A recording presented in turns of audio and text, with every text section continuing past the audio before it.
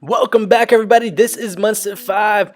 Thank you for watching my NBA 2K18 series. This video will be 10 things I wish I knew before I started playing the game and spending my VC.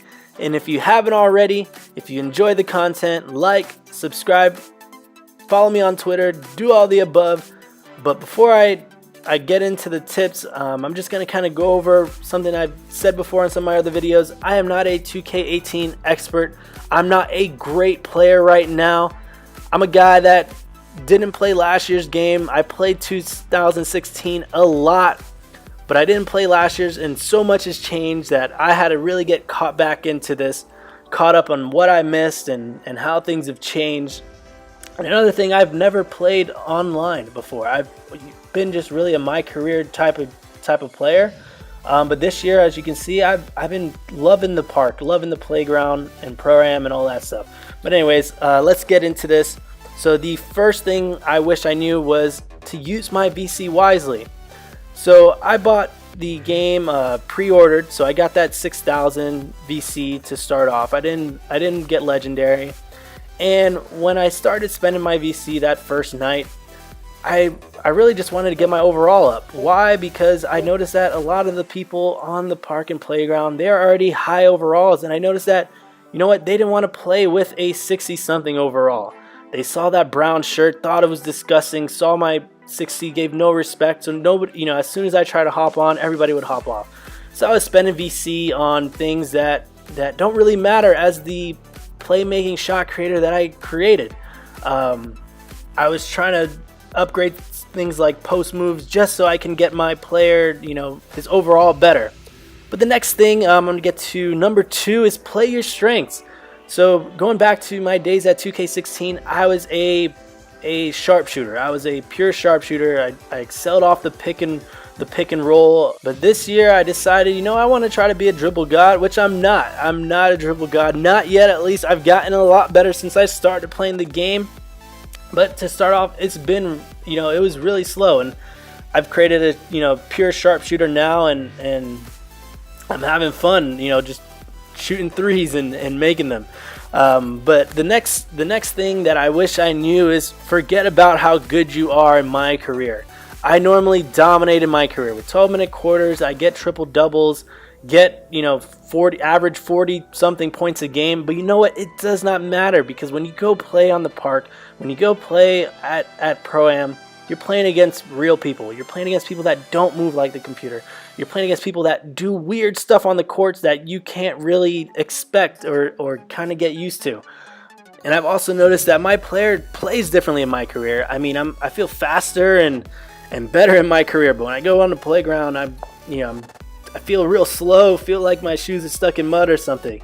But yeah, so don't think if you play good in my career that you're just going to come out and dominate the park, because you won't. The next thing I wish I knew is to get these badges. I created a 7'3" center, and I didn't have rebounding badges, and I was getting out rebounded. Though my rebound is almost max, I was getting out rebounded by these way smaller guys. I had better position, but I'm, you know, things like missing dunks, missing drives, you know, finishing at the glass, making these 3-point shots. These badges are important. I mean, they're not the sole importance. You still have to have skill, and you can get around it with, you know, maybe better skill than what I got. But the badges definitely are important to grind on. The next thing I will say is try not to play with randoms. I mean, randoms is really what jacked up my park record. When I play with a squad, I do a lot better. It's really hard to tell, you know, and get that chemistry going with a random and know what they're gonna do. Try to get some friends on the game. There's a Discord channel that I'll post a link to that you can find people to play with my park and Pro-Am, and they're always looking for guys, you know, on every system.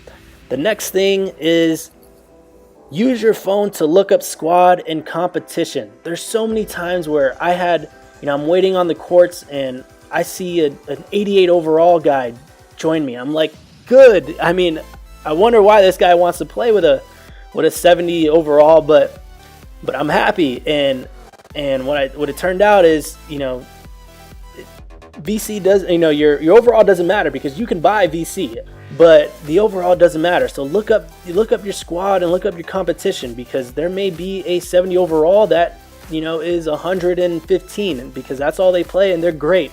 So the next thing is, like I kind of got on the last point, is overall means nothing. Don't underestimate these brown shirts. Yeah, you might want to play against some brown shirts you see, but some of these guys, they stay in brown shirts just so they can trick you, just so they can dominate you.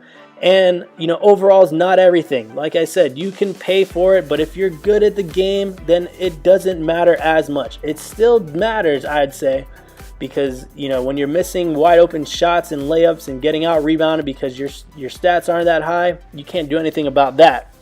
The next thing that I've been trying to do is don't help on defense.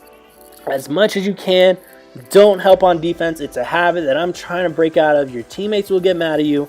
That, you know, these players will make the shots that you're helping on. So try not to help on defense. Number 9, find the jump shot and dribbling that works for you. It's more important than you think. Previous games, I just kept the jump shot that they gave me. But this year, I've noticed I need to find a jump shot that works for me, dribbling moves that work for me, and the same ones that work for you don't work for everybody else. You gotta spend some time in it and look for it. And the last thing that I will say I've learned, and this is not for everybody, but if you can afford it, just pay for the VC, man. I don't know how much time I've used on trying to farm VC through different methods, through the My League stuff, through the 1-minute quarters, and you know what? It just takes too much time. Gonna just drop the $50, and I'm so against microtransactions, but you know what? I have to do it because there's no other way. I'm not gonna keep grinding. I spent way too many hours grinding just to move up like 3 overalls in a few days. But yeah, that's gonna kind of wrap it up, guys. If you like the video, like I said before, subscribe, like. If you didn't like it, comment below. Thank you guys for watching. I'm going to try to have more videos like this with, you know, just kind of giving my thoughts, insights into 2K18. But this is Monster 5, guys. Have a good one. I'll see you guys next time. I am out.